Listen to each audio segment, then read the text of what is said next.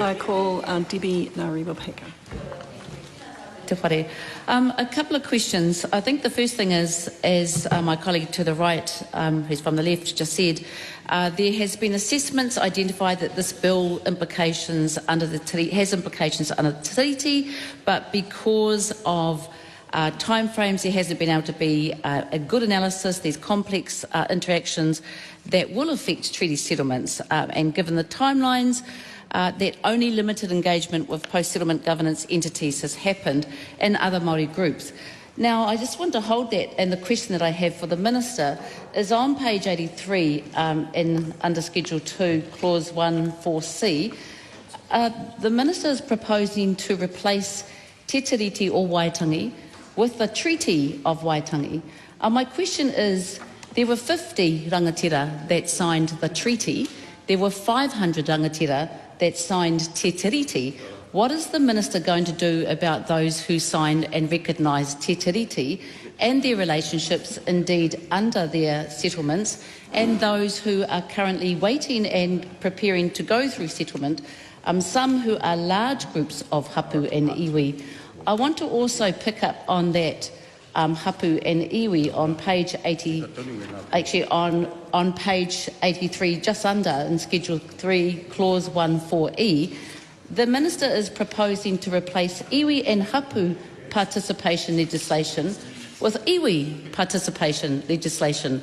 So what is the Minister proposing to do with the hapū, who have been completely left out and replaced?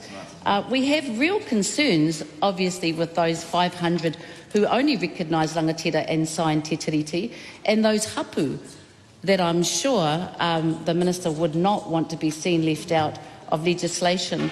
The further question that I have to ask to the Minister is that there has been a redefining and replacing of the definition of te mana o te wai.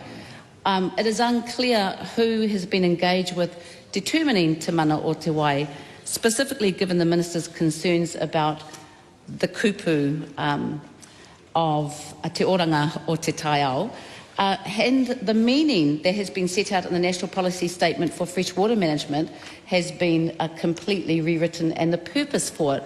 Again, our question is, if in fact the government hasn't had the time, because it's under urgency, to engage not only with post-settlement governance entities, to engage with pre-settlement iwi hapū entities and other Māori groups.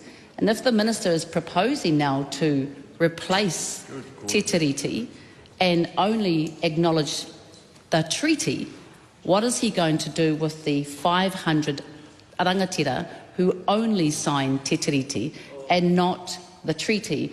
Is this indeed the start of the deterioration from this government to the treaty?